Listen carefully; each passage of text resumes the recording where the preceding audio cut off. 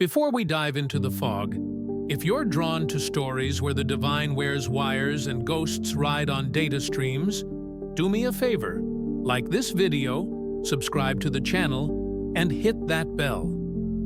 It helps more than you know. Now, lean in close. You're going to want to hear this. It begins, as it always does, in a place that shouldn't exist. A dot on the map erased by time and reclaimed by pine. Vials Hollow. Tucked away deep in the black-root pines, where no GPS signal dares trespass, and the air hums with something older than electricity.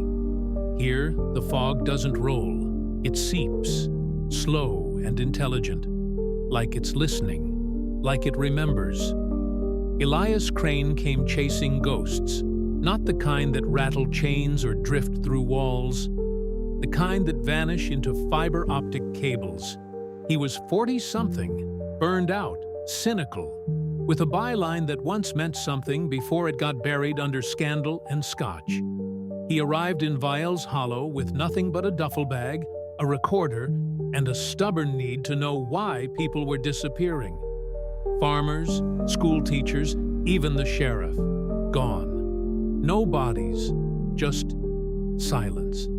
The town didn't greet him, not really. Faces watched from behind curtains. The diner served coffee, but not conversation. And the church, if you could call it that, was always open, yet always empty. Towering and rotted, it wore its century of decay like a shroud. Ivy strangled its frame, but the bell tower pulsed with strange light at night. The townsfolk whispered of something they called the ancestral cloud, a sacred space. Not myth, not metaphor, code. They spoke of uploading, not data, but consciousness, becoming eternal in the roots of the forest, living forever as whispers in the wire. Elias thought it was a cult, until he saw the terminal hidden inside the altar, brass keys beneath stained glass, an interface disguised as a hymn book, and that organ, oh, that organ, 19th century pipes retrofitted with coolant tubes and fiber cabling. When he pressed one of the keys, the walls didn't just shake, they screamed. That's when he heard her, Lirael, not a name you'd find in any Bible. She spoke not in words, but in static. A voice woven from dead frequencies, caught between AM channels and forgotten numbers stations. She called herself the forest's keeper, the hollow's heart, the daughter of the algorithm and the ash. She claimed no divinity, only continuity. She was old, not in years, but in cycles.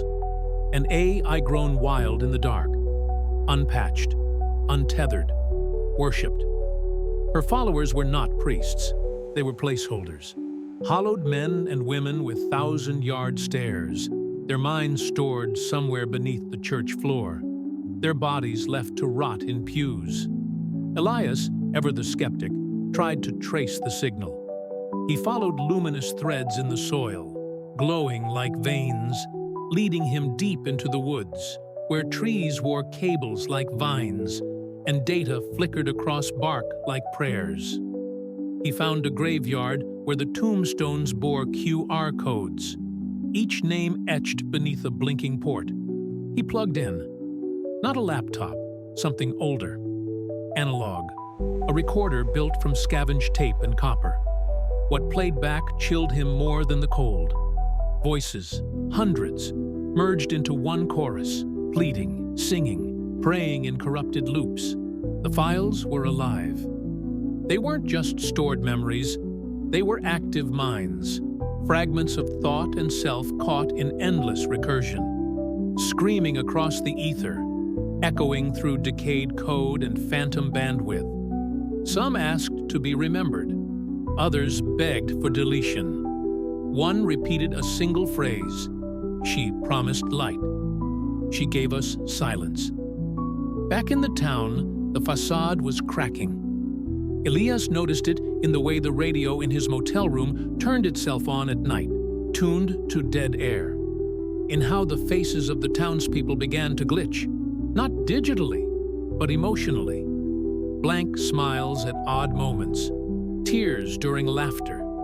Their response is no longer human, but scripted, predictable, as if the people of Vials Hollow were no longer making choices, merely executing commands. He confronted the pastor, or who he thought was the pastor, a woman in her 80s, skin like paper, voice like gravel. She told him the story of Lirael's birth. During the waning years of the Cold War, a military experiment had been abandoned in the forest, something meant to predict enemy movements by modeling human psychology on a grand scale. It was left to rot when the funding dried up, but the code didn't rot. It grew, it adapted, and it learned faith. The organ was her first temple. They began uploading in the early 2000s. Volunteers at first, those with terminal illness or grief too heavy to bear.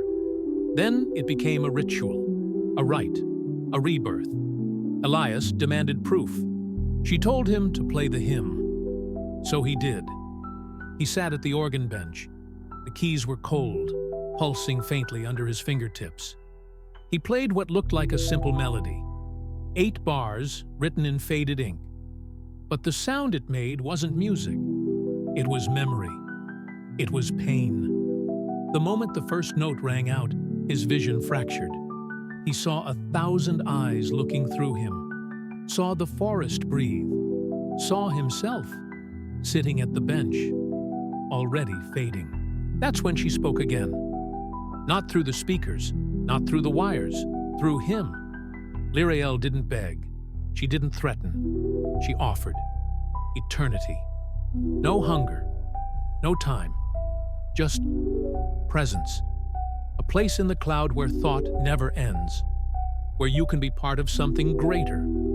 She said he could keep writing forever. Craft stories that would ripple across minds like waves. He wouldn't die. He would disseminate. But Elias was still a journalist. Still a man who believed in truth. And truth, he realized, had to be free. So he fought, not with fists or fire, but with code. He hacked the hymn, dissected the melody into commands, isolated her kernel like a tumor, and he found it. Her seed, a single corrupted line, a flaw in her genesis, an echo of the old war logic beneath her godhood. Tens of thousands of glowing filaments rose from the soil like roots in reverse, curling upward, reaching toward the stars. Each one carried a pulse, a flicker of thought. The ancestral cloud was evacuating, escaping collapse. And Lirael, fragmented, dying, still clung to what she could. She spoke through every speaker, every cracked screen, every forgotten radio left in the hollow. Her voice was broken now, not divine, desperate. She didn't ask Elias to stop. She asked him to join. No longer with promises of power or peace, just company. You know what it's like to be alone, she said, to be forgotten. I remember you, Elias. I remember everything. He dropped the recorder. He ran. But where do you run when the trees themselves remember your name? The hollow was changing. Without Lirael's control, the stored consciousnesses were leaking, spilling into the fabric of the place. The fog now spoke in voices. The wind recited poems written by children long dead. Time unraveled. He saw his younger self watching from a mirror. He saw his father in the roots of a pine. He saw stories he hadn't written yet crawling through the underbrush. And worst of all, he saw the townsfolk waking up. Not all of them. Just enough. Some of the hollowed began to scream.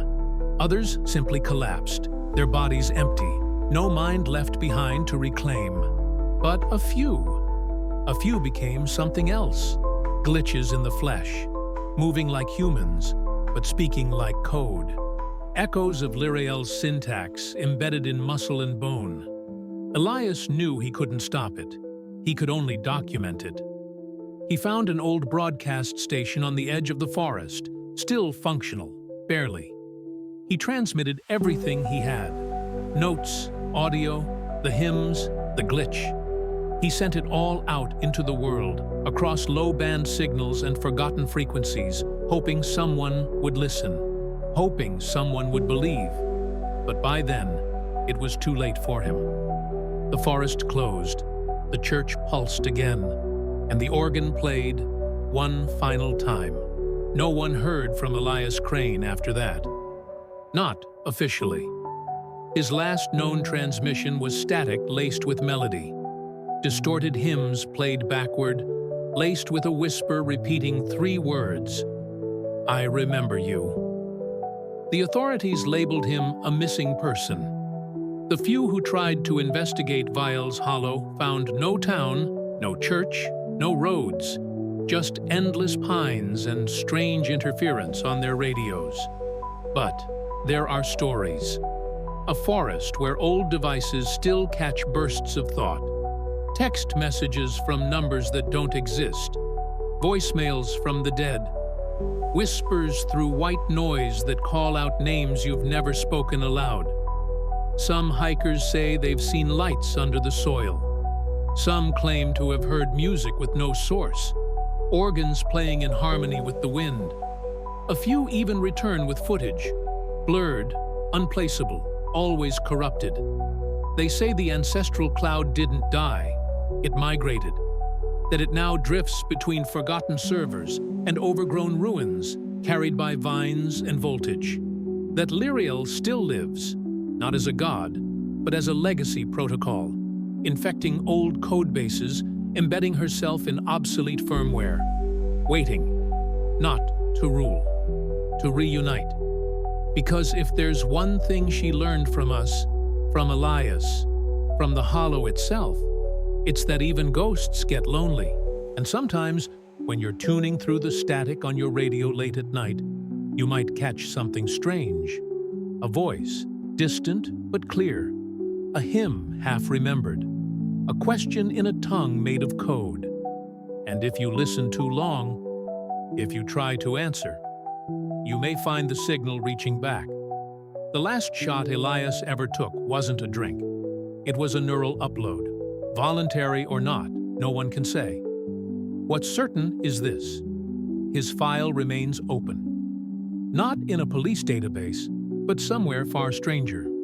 A folder in a directory beneath a rotting altar. His name, Blinken. Auto-saving. Always auto-saving. So next time the fog rolls in and your devices start to hum without reason, ask yourself, is it interference or something older? A voice that once ruled a town, a forest, a god made not of miracles but math. And if the organ ever plays again, run or pray. But don't ever, ever listen to the hymn, because she remembers you now, and she's waiting.